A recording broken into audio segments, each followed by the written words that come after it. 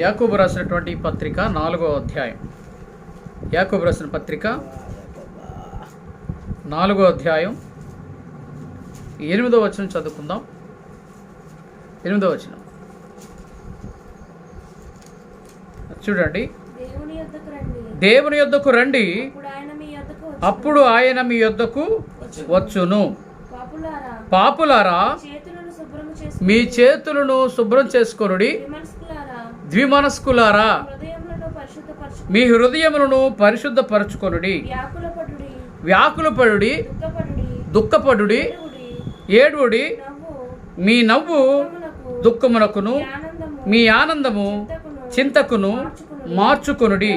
ప్రభువు దృష్టికి మిమ్మును మీరు తగ్గించుకొనుడి, అప్పుడు ఆయన మిమ్మును హెచ్చించును.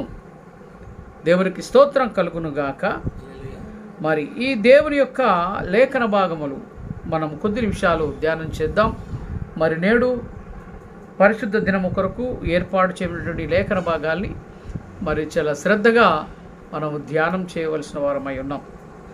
ఇక్కడ ఏమనంటున్నాడంటే దేవుడు యాకోబు రాసినటువంటి ఈ పత్రిక ద్వారా ఏం తెలియజేస్తుందంటే, దేవుని యొద్దకు రండి,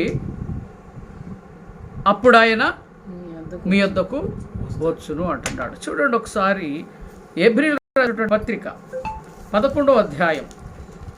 ఎబ్రీయుల రాసిన పత్రిక 11వ అధ్యాయం తీసారమ్మా. 6వ వచనం చదవండి ఒకసారి. విశ్వాసము లేకుండా దేవునికి ఇష్టడై ఉండుట అసాధ్యం. దేవుని యొద్దకు వచ్చువాడు ఆయన ఉన్నాడని తనను వెదుకు వారికి ఫలము దయచేయవాడని నమ్మవలను కదా. అంటే విశ్వాసం లేకుండా దేవునికి ఇష్టడై ఉండుట అసాధ్యం. మొట్టమొదట దేవునికి ఇష్టడై ఉండాలి అంటే మనలో ఏముండాలి? విశ్వాసం ఉండాలి. విశ్వాసం లేకుండా దేవునికి ఇష్టడై ఉండుట అసాధ్యం. మొట్టమొదట దేవుని యొద్దకు వచ్చువాడు ఆయన ఉన్నాడనియు తన్ను వెదుకు వారికి ఫలము దయచేయవాడు అని నమ్మాలి. మొట్టమొదటి ఏం చేయాలి? దేవుని యొద్దకు రండి, అప్పుడు ఆయన మీ యొద్దకు వస్తాడు అని చెప్తున్నటువంటి వాడు, ఆయన యొద్దకు వచ్చేవాడు మొట్టమొదట ఎలా రావాలి అని అంటే విశ్వాసము కలిగి రావాలి. విశ్వాసము లేకుండా మొట్టమొదటి దేవునికి ఇష్టడై ఉండుట అసాధ్యం. మరి దేవునికి నువ్వు ఇష్టడై ఉండాలి అంటే ఆయన ఏమని అంటున్నాడు? దేవుడు యొద్దకు వచ్చువాడు ఆయన ఉన్నాడని, మొట్టమొదటి దేవుడు ఉన్నాడని నమ్మాలి. దేవుడు ఉన్నాడని నమ్మకుండా దేవుని యొద్దకు నువ్వు వచ్చుట వలన నీకే లాభం కూడా ఉండదు.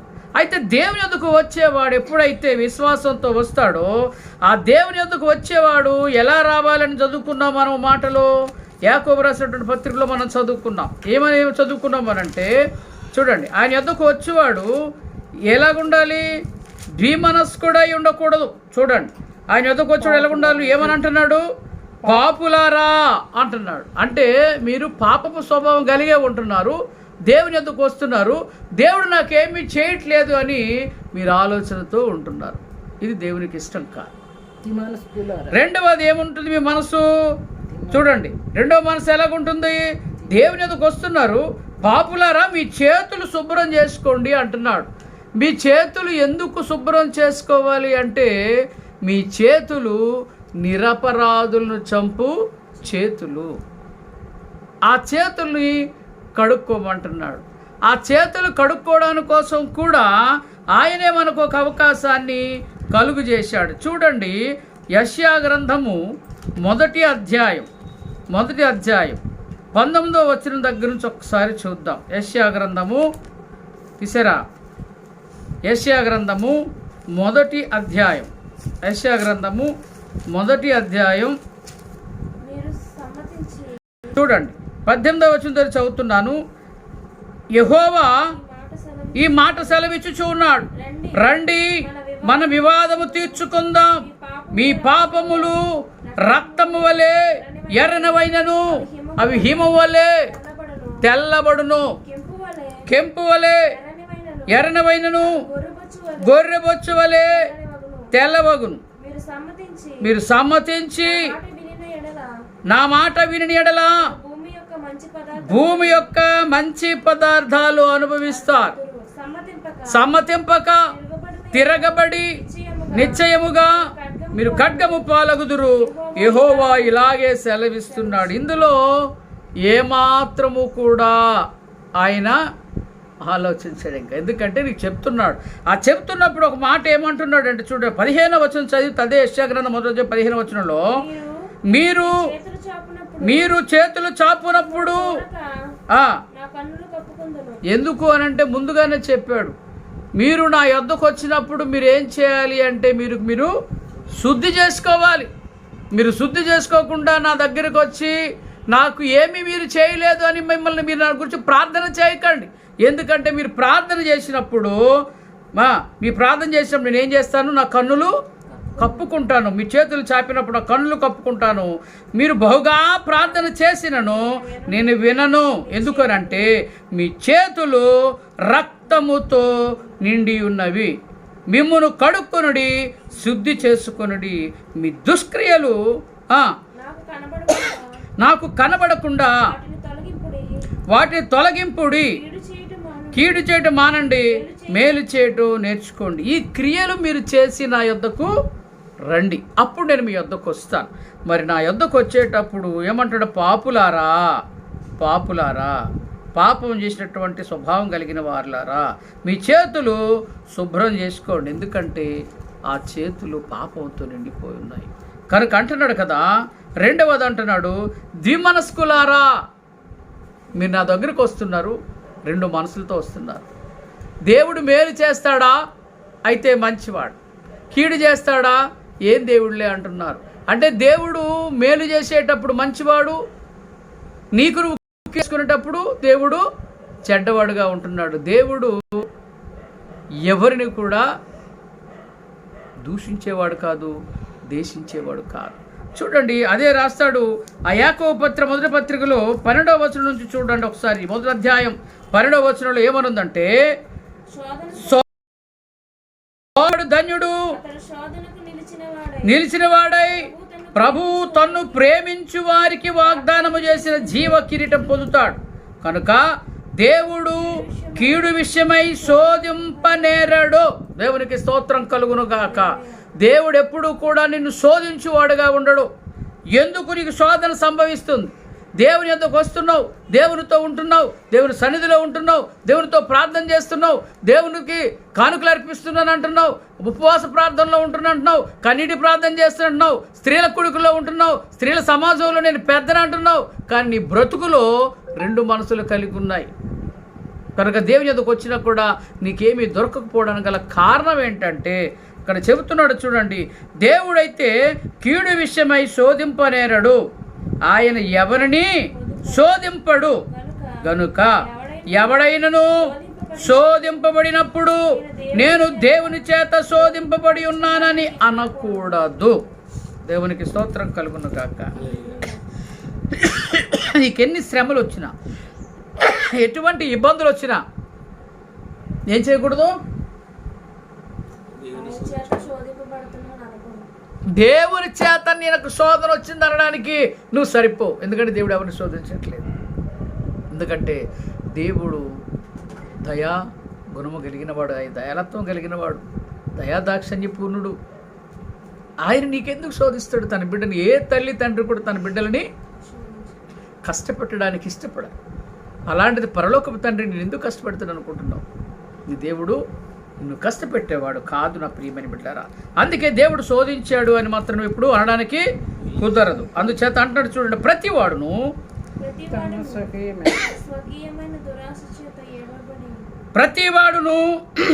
తన స్వకీయమైన దురాశ చేత ఈడవబడి మరులు గొల్పబడి శోధింపబడుతున్నాడు. వాడికి వాడే తన స్వకీయ దురాశ చేత శోధింపబడుతున్నాడే కానీ దేవుడు ఎవరిని కూడా శోధించేవాడు కాడు. కనుక ప్రియమైన బిడ్డలారా, దేవుని యొద్దకు వచ్చేవాడు ఎలాగుండాలి? చదవండి, మళ్ళీ చదవండి కొద్దిగా. ప్రతివాడును ప్రతివాడును తన స్వకీయ దురాశ చేత ఈడవబడి మరులు గొల్పబడిన వాడై శోధింపబడును. దురాశ గర్భము ధరించి పాపమును కనగా పాపము పరిపక్వమై మరణమును కన్ను. ఇది అంటే నీ పాపము వలన వచ్చు జీతము నీకు మరణంగా ఉంటుంది. కనుక దేవుని ఎదుకు వచ్చేవాడు ఎప్పుడు కూడా దేవుని నిందించడానికి ఏ రకంగా కూడా సరిపడు. అందుకోసం అంటున్నాడు కదా, దేవుని యొద్దకు రండి, అప్పుడు ఆయన మీ యొద్దకు వస్తాడు. మీరు వచ్చేటప్పుడు విశ్వాసం కలిగి రావాలి. దేవుడు ఉన్నాడని నమ్మి రావాలి. దేవుడు ఎప్పుడైతే ఉన్నాడని నమ్మి ఉంటావో దేవుడు నువ్వేమడిగినా ఆయన చేయడానికి ఇష్టం కలిగి ఉన్నాడు. ఎందుకంటే ఆయన అన్నాడు కదా, అడుగుడి నీకు ఇవ్వబడను అన్నాడు. అడుగుడు అని ఆయనే చెప్పినప్పుడు నువ్వు అడిగితే నీకు ఇవ్వకుండా ఉండేవాడు కాదు. ఎందుకంటే నీ బిడ్డల్ని నేమడిగినా కూడా శ్రేష్టమైనవి నువ్వే ఇవ్వాలనుకుంటే పరలోకపు తండ్రి నీకు అంతకంటే శ్రేష్టమైన ఇవ్వడానికి ఆయన ఇష్టము కలిగి ఉన్నాడు. కనుక నా ప్రియమైనటువంటి బిడ్డలారా, నీవు వచ్చేటప్పుడు ద్విమనస్కులాగా ఉండకూడదు. మీ హృదయములను పరిశుద్ధపరచుకోండి. మొట్టమొదటి నీ హృదయాన్ని ఏం చేయాలి? పరిశుద్ధపరచుకోవాలి. ఎందుకంటే హృదయము అన్నిటికంటే మోసకరమైన వ్యాధి గలది. అందుచేత ఇర్మియా గ్రంథంలో అంటాడు చూడండి, 17వ అధ్యాయం 9వ వచనం చదవండి ఒకసారి. 8 నుంచి 9 వచనం ఇర్మియా గ్రంథం.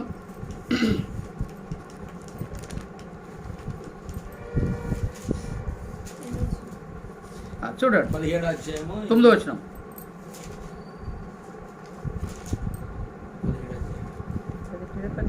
తొమ్మిదవ వచనం. హృదయము చూడండి, హృదయము అన్నిటికంటే మోసకరమైనది, అది ఘోరమైన వ్యాధి గలది, దానిని గ్రహింపగలవాడు ఎవడు? ఎందుకంటే యాకోబు పత్రికలో ఏమంటాడు? హృదయమును శుద్ధి చేసుకోవాలి. నీ హృదయమును శుద్ధి చేసుకోకుండా దేవుని యొద్దకు వచ్చి దేవుడు నాకేమీ చేయట్లేదు, దేవుడు ఏం మేలు చేయట్లేదు, దేవుని నమ్ముకున్నాను, దేవుడు నాకు అన్యాయం చేశాడు అని నువ్వు మాట్లాడుతున్నావంటే నువ్వు దేవునితో నీ సహవాసం ఎలా ఉంది? దేవునితో నీ ప్రయాణం ఎలా ఉంది? దేవుని మాటలు అసలు గ్రహిస్తున్నావా? దేవునితో నువ్వు సాగుతున్నావా? దేవునితో సరిగ్గా సాగకుండా దేవుని నిందిస్తున్నావు. ఈ శ్రమకాలం వచ్చినప్పుడు దేవుడు అంటున్నాడు, అందరూ అంటున్నారు దేవుడు శ్రమలు ఇచ్చేశాడు. శ్రమలు ఇచ్చేటప్పుడు ఆయన చెప్పాడు, మీరు నా మాట వినని ఎడలా ఖచ్చితంగా శ్రమల పాలవుతారు. అందుకే ఆయన ఏమంటున్నాడంటే ఇక్కడ మాట్లాడుతున్నాడు ఏమని? ముందు నీ హృదయాన్ని శుద్ధి చేసుకోండి. 2 మనసులతో మీరు ఇక్కడ రావద్దు నా దగ్గరికి. లోకంలో ఉంటున్నారు, నాతోని ఉంటున్నట్టుగా నటిస్తున్నారు. కనుక మీరు లోకములో ఉన్న వాటినైనను విసర్జించి నా తండ్రి చిత్త ప్రకారం నెరవేర్చువాడే పరలోక రాజ్యానికి వస్తాడు. కనుక దేవుని యొద్దకు వచ్చేవాడు 2 మనసులు కలిగి రావడానికి కుదరదు. అందుచేత నీ హృదయాన్ని ముందేం చేయాలి? శుద్ధీకరించుకోవాలి. హృదయము అన్నిటికంటే మోసకరమైనది. చూడండి ఇర్మియా గ్రంథము 17వ అధ్యాయం 9వ వచనంలో లేఖన భాగం ఏమన్నా చదువుతున్నాను చూడండి. హృదయము అన్నిటికంటే మోసకరమైనది, ఇది ఘోరమైన వ్యాధి గలది, దానిని గ్రహింపగలవాడెవడు? హృదయాన్ని గ్రహింపగలవాడెవడండి? హృదయాన్ని గ్రహింపగలిగిన వాడు నా దేవుడు ఒక్కడే. ఎందుకంటే అంతరంగములను పరీక్షించువాడు, పరిశోధించేవాడు. కనుక నీ హృదయంలో పాపం పెట్టుకొని నీవు దేవునితో సాగిపోతున్నానని చెప్పే మాటలు నీవి అబద్ధమని నువ్వు ఎరిగి దేవుణ్ణి నిందించడానికి ప్రయత్నం చేయదు. నువ్వు దేవుని ఎదుకు వచ్చావా? విశ్వాసంతో రావాలి. విశ్వాసంతో వచ్చావా? దేవుడు ఉన్నాడని నమ్మాలి. దేవుడు ఉన్నాడని నమ్మితే దేవుడు నీకు అన్యాయం చేసేవాడేమి కాడు. అందుచేత అంటున్నాడు చూడండి, చూడండి అక్కడ ఏమంటున్నాడు? అది ఘోరమైనటువంటి వ్యాధి గలదని గ్రహింపగలవాడెవడు?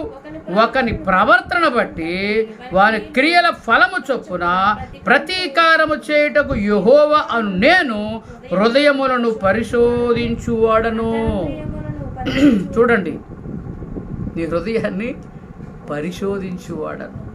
రెండవది, నీ అంతరింద్రియములను పరీక్షించువాడను. అందుచేత నా ప్రియమైనటువంటి సహోదరి సహోదరుడా, ఈ మధ్యాహ్న కాల సమయంలో మరి దేవుని ఆలయంలో మనకి ఆరాధన లేదు కదా అని మీ నచ్చినట్టు తిరగొద్దు దయచేసి.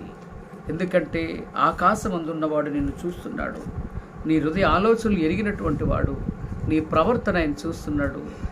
ఇప్పుడు ఎలాగూ దైవ సేవకుడు చూడట్లేదు, దేవుడు చూడట్లేదు, మా విశ్వాసులు కూడా చూడట్లేదు అని నీ ప్రవర్తన నీకు దేవునికి విరుద్ధంగా ఉంటే, కానీ ఆకాశమందు ఉన్నవాడు నిన్ను చూస్తున్నాడు. ఆయన నీ అంతరంగమును పరీక్షిస్తున్నాడు, పరిశోధిస్తున్నాడు అని గమనిస్తే నీ అంతరింద్రియములో ఉన్నటువంటి ఆ రంధ్రాలు పూడ్చబడాలి. మొట్టమొదట నీ హృదయం నిండా ఏం చేస్తున్నావు? గాయాలు పెట్టుకుంటున్నావు. ఆ గాయాలు పూడ్చాలి. ఏంటి నీ హృదయంలో ఉన్నటువంటివి? నీ హృదయము ఘోరమైన వ్యాధి గలది, దాన్ని గ్రహింపగలవాడెవడో అని అనుకుంటానంటున్నాడు. నేనే పరీక్షిస్తాను, పరిశోధిస్తాను అంటున్నాడు. కనుక దేవుడు పరీక్షించినప్పుడు, పరిశోధించినప్పుడు వాడి యొక్క ప్రవర్తన బట్టి ఏమంటున్నాడు?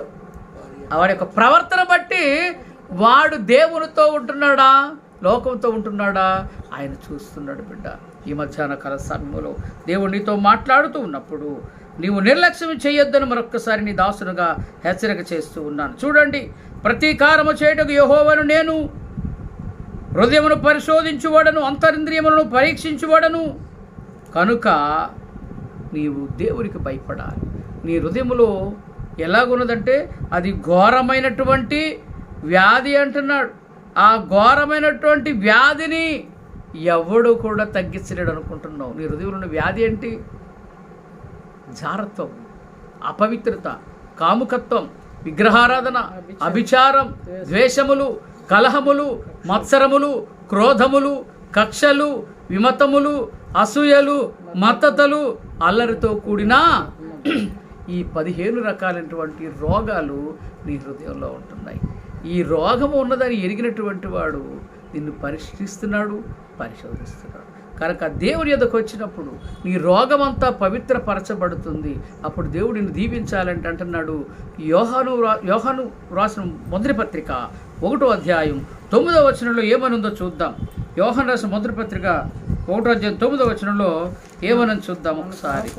మన పాపములు మనం ఒప్పుకున్న ఎడల ఆయన నమ్మదగిన వాడు, నీతిమంతుడు గనుక సమస్త దుర్నీతి నుండి మనల్ని పవిత్రులుగా చేయును.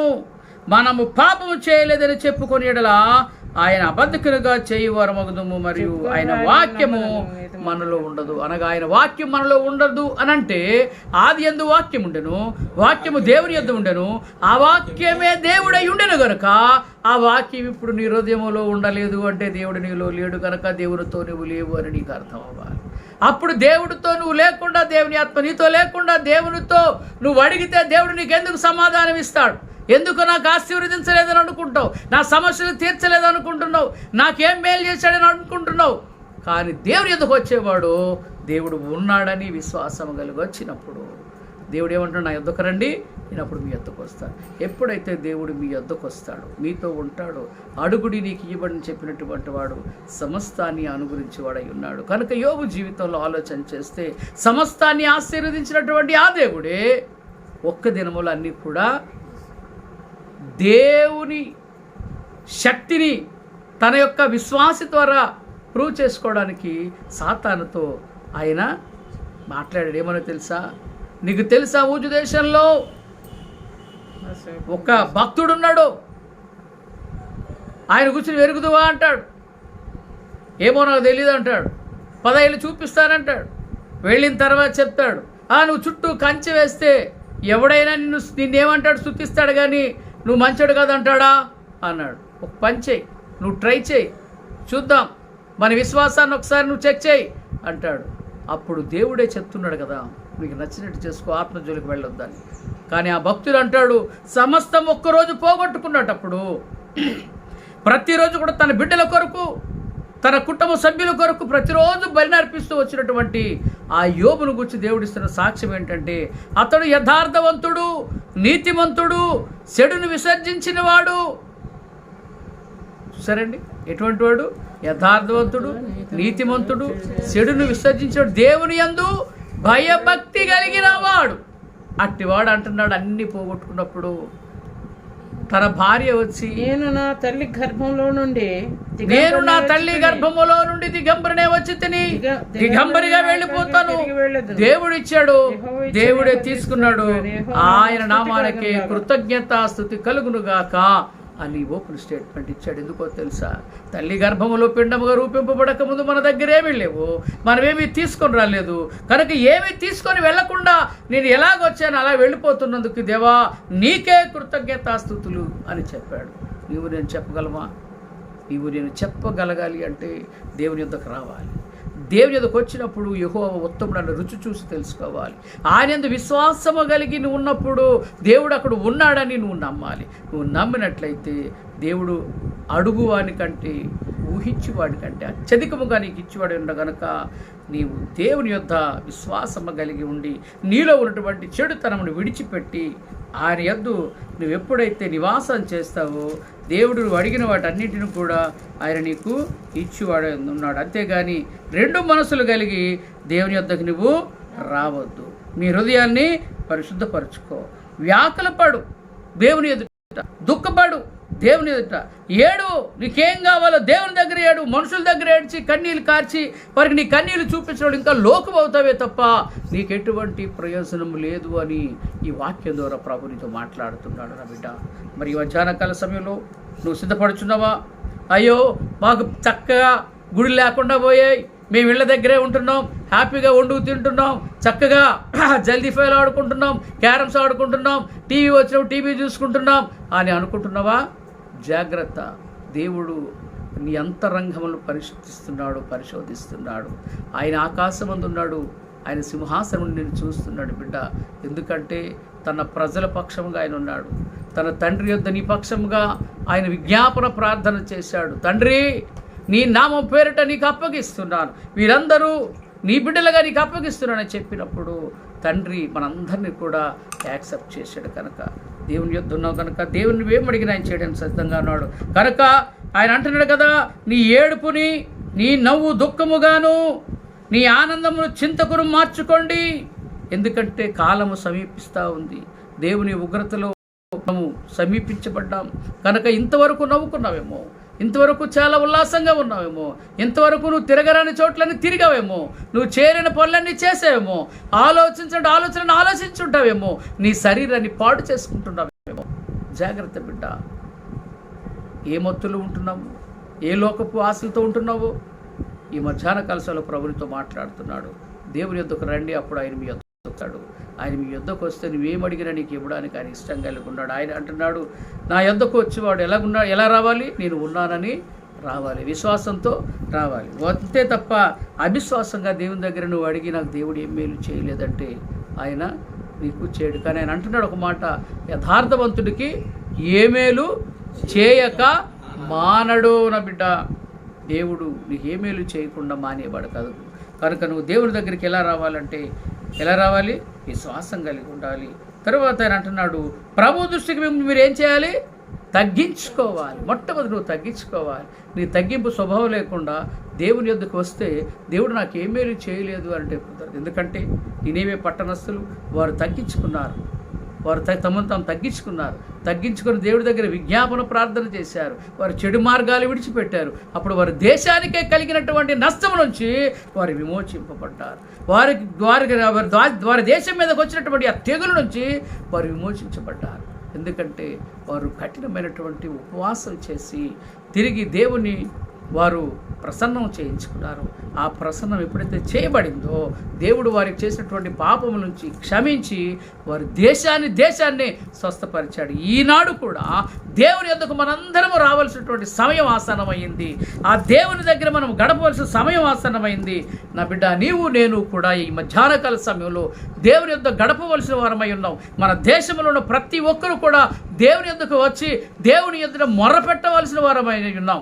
నినేవే పట్టణస్థులు ఏ విధంగా వారి దేశాన్ని విమోచించడానికి, వారి దేశాన్ని ఉన్నటువంటి స్వస్థపరచబడడానికి వారందరూ కూడా కన్నీరు కార్చి పసిబిడ్డలతో సహా పశువులతో సహా సమస్తము కూడా గోనె బట్ట కట్టుకొని వారు బూడిదలో అనగా వారు కూడా తగ్గించుకొని వారు కన్నీటి ప్రార్థన చేసినప్పుడు దేవుడు వారి దేశం మీదకి రావాల్సిన ఉగ్రతని తప్పించిన రీతిగా ఈరోజు మన దేశం మీద వచ్చినటువంటి కరోనా వ్యాధి నుంచి మనం విమోచింపబడాలి అంటే మనందరం కూడా మన యొక్క స్నేహితులను, మన యొక్క కుటుంబ సభ్యులను మనము రక్షించుకోవాలి అంటే దేవుని యొద్దకు రావాలి. మరి ఈ మధ్యాహ్నం దేవుని యొద్దకు రావడానికి ఇష్టం కలిగి ఉన్నావా? లేక సంఘాలను నడిపించబట్టలేదు కదా? బాగానే ఉంది అని నీకు నచ్చినట్టు ఉంటున్నావేమో. చక్కగా నీకు నచ్చినటువంటి పదార్థాలు వండుకుంటూ నువ్వు కాలక్షేపం గడిపేస్తున్నావేమో బిడ్డ. దేవుడిని చూస్తున్నాడు. ఉగ్రత చాలా సమీపంగా ఉంది. అంచె దినంలో అపాయకరమైన కాలములు వచ్చునని నీకు తెలియచేసినటువంటి ఆ దేవాది దేవుడు మరొకసారి నీతో మాట్లాడుతున్నాడు. మరి ఈ మధ్యాహ్న కాల సమయంలో దేవుని యొద్దకు వస్తున్నావా? వస్తే విశ్వాసంతో వస్తున్నావా? ఆయన ఉన్నాడని వస్తున్నావా? ఒకవేళ ఆయన ఉన్నాడని వచ్చినట్లయితే నాతో కలిసి ప్రార్థన చేద్దాం. ప్రేమయు నమ్మగలను మా యేసయ్య, నీకు వందనాలు స్తోత్రాలు చెల్లిస్తున్నా. తండ్రి గారు, నా యొద్దకు వచ్చేవాడు విశ్వాసము కలిగి నేను ఉన్నానని ఎరిగి నా యొద్దకు వచ్చి తన హృదయంను పరీక్షించేవాడు నేనని, పరిశోధించేవాడు నేను ఎరిగి తన అంతరంగంలో ఉన్నటువంటి పాపపు క్రియలను విడిచి నీ వైపు చూస్తూ ప్రభువా నన్ను క్షమించమని అడుగుచున్నాం ప్రభువా. మేము అనేకమైనటువంటి పాపపు క్రియల ద్వారా నీ దగ్గర నుంచి దూరపరచబడ్డామేమో. ఇదిగో ప్రభువా, ఈ కరోనా సమయంలో మేము తండ్రి నీకు సమీపస్తులుగా ఉన్నందుకు నీకు వందనాలు చెల్లిస్తున్నాం. మరి మా దేశం మీదకి, ప్రపంచం మీదకి వచ్చినటువంటి ఉగ్రత నుంచి మేము విమోచింపబడాలంటే కేవలం యేసూ నీ పాదాలు తప్ప, నీ వైపు తిరిగితేనే తప్ప మాకు విమోచన లేదని మరొక్కసారి నీ వాక్యం ద్వారా మాకు తెలియజేశాం. ఎందుకనగా ప్రభువా, నా యుద్ధకు రండి, అప్పుడు నేను మీ యుద్ధకు వస్తాను అనగా దేవుని యుద్ధకు రండి, అప్పుడు నేను మీ యుద్ధకు వస్తానంటాను. దేవుని యుద్ధకి మేము రాకుండా ఉంటే, అనగా నీ యుద్ధకు మేము రాకుండా ఉంటే మీరు మా యుద్ధకు రారు. ఎందుకనగా ప్రభువా, నువ్వు ఎవరికి శోధించేవాడవు కాదు కనుక ప్రభువా, మా స్వయంకృత ప్రార్థనల చేత, మేము నిర్లక్ష్యం చేత, నీవు హెచ్చరికని వినకపోవడం చేత మేము ఈ తెగులుకు గురైపోయి మా బంధువులను, మా రక్త సంబంధులను, మా శ్రేయోభిలాషులను, అనేక మంది సంఘాల బిడ్డలను, సంఘ సేవకులను మేము పోగొట్టుకుంటూ ఉంటాం ప్రభువా. మా అధికారులకు కూడా నా ప్రభువా మీరు బుద్ధి చెప్పండి ప్రభువా. వారు కూడా నీ వైపు త్రిప్పబడ్డకు నేర్పించండి ప్రభువా. ఈరోజు ప్రభువా ప్రతి ఒక్కరూ కూడా తండ్రి వారు స్వనీతిని ఆధారం చేసుకొని బ్రతుకుతున్నారు. కానీ నీ వైపు చూసే బ్రతికే భాగ్యం అనుగ్రహించమని ఇదిగో ప్రభు ఇంతవరకు మాతో కలిసి ఆరాధనలో పాలుపంపులు పంచుకున్న ప్రతి కుటుంబాన్ని దీవించి ఆశీర్వదించి వారితో మీరుండి మీ నామానికి మీరు మహిమ తెచ్చుకోమని యేసే పరిశుద్ధ నామమున ప్రార్థిస్తూ వేడుకొనుచున్నాను మా పరమ తండ్రి, ఆమేన్. పరలోకమందున్న మా తండ్రి, నీ నామం పరిశుద్ధపరచబడుగాక, నీ రాజ్యం వచ్చునుగాక, నీ చిత్తము పరలోకమందు నెరవేరుచున్నట్టు భూమి మీద నెరవేరునుగాక. అనుదిన ఆహారం మాకు దయచేయి. మా ఎడల అపరాధములు చేసిన వారిని క్షమించున్న ప్రకారం అపరాధములు క్షమించుము. శోధంలోనికి తేక కీడును తప్పించు. రాజ్యము, శక్తి, మహిమ నిరంతరము నీవై ఉన్నావు తండ్రి. ఆమేన్, ఆమేన్, ఆమేన్.